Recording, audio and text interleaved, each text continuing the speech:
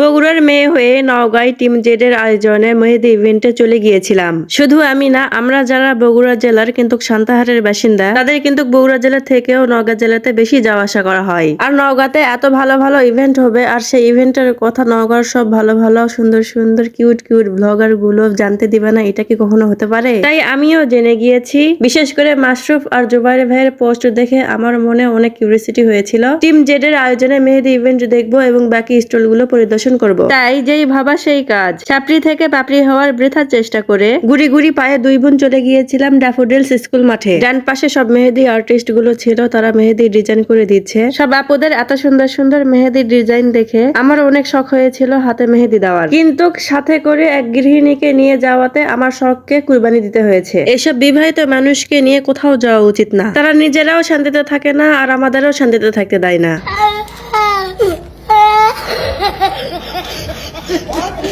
তাই মনের শখকে মাটি চাপা দিয়ে স্টলে চলে আসলাম। এখান থেকে দেখবো, আর কিছু নেওয়ার হলে নিয়ে তারপরে বাড়িতে যাব। তবে যতগুলো স্টলের অনার গুলো ছিল, আপুরা কিন্তু দেখতেও যেমন মাশাআল্লাহ সুন্দর ছিল, তাদের ব্যবহারও কিন্তু কমায়িক ছিল। তারা কিন্তু সত্যি প্রশংসার দাবিদার। প্রথম স্টলে আমরা ঈদ গিফট দেখলাম, শাড়ি দেখলাম এবং অনেক সুন্দর সুন্দর অনলাইন ট্রেন্ডিং জুয়েলারি দেখলাম, এবং একটি পছন্দ হয়েছিল এবং এটি রিজনেবল প্রাইসে হওয়াতে এটা কিন্তু আমরা পারচেজও করেছি। দেন আমরা চলে গিয়েছিলাম অন্যান্য স্টল দেখতে। এখন কিন্তু কোনো মেয়েরাই আর ঘরে বসে থাকে না, যে যেটা পারছে সেটা দিয়ে কিন্তু তারা বিজনেস শুরু করে দিচ্ছে। হোমমেড কেক থেকে শুরু করে handmade flowers, handmade candles, handmade terracotta jewellery, cute cute ছোট বোনুরা হ্যান্ডমেড জুয়েলারি নিয়ে চলে এসেছিল। এটা কিন্তু মাটির জুয়েলারি, আমার কিন্তু খুবই পছন্দ হয়েছিল, কিন্তু আমি কিনতে পারি নাই।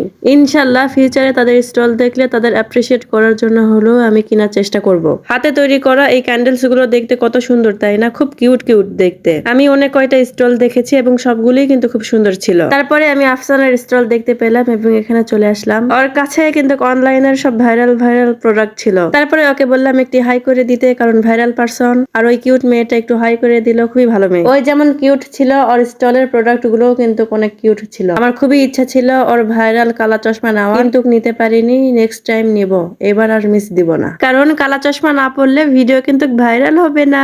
যাই হোক, আমরা কিন্তু বাড়ি থেকে মানে সান্তাহার থেকে নওগাঁতে গিয়েছিলাম ঈদ শপিং করতে সকাল 10টার দিকে। একটা পর্যন্ত আমাদের যাবতীয় যত কিছু কেনা ছিল সবকিছু কেনার পরে আমার কিন্তু এই ইভেন্টের কথা মনে পড়েছে। আর যখনই মনে পড়েছে সেই মুহূর্তেই আমরা চলে এসেছি। যেহেতু আমরা আগেই টাকা খরচ করে ফেলেছি, তাই স্টলে আসার পরেও এত কিউট কিউট এত সুন্দর সুন্দর প্রোডাক্ট দেখেও কোনো কিছু কিনতে না পেরে কষ্টে কষ্টে আমাদের বাড়ি ফিরতে হয়েছে। দয়া করে কেউ আমাদের জাজ করবেন না যে আমরা এতগুলো স্টল ঘোরার পরেও কিছু কিনি নাই কেন। আমরা কিন্তু কিনেছি আমাদের যেটা সামর্থ্যের মধ্যে পড়েছে, বা বার্গেনিং করে যা পেরেছি আমরা কিন্তু দুই একটা কিনে নিয়েছি। তবে চাইলেই তো আর সব স্টল থেকে সবকিছু কেনা সম্ভব না, তাই না? এতক্ষণ ধৈর্য সহকারে ভিডিও দেখেছেন। আমার সর্দি জ্বর হয়েছে, আমার উচ্চারণের যদি ভুল হয়ে থাকে তাহলে মাফ করে দিবেন, বা ক্ষমা সুন্দর দৃষ্টিতে দেখবেন বা মানিয়ে নিবেন। আর যতদিন না আইফোন কিনছি ততদিন আর পাবলিক প্লেসে কোনো ভিডিও বানাবো না। আমার লজ্জা করে এই ভাঙ্গাচুরা ফোন দিয়ে ভিডিও করতে। আল্লাহ হাফেজ, বাই।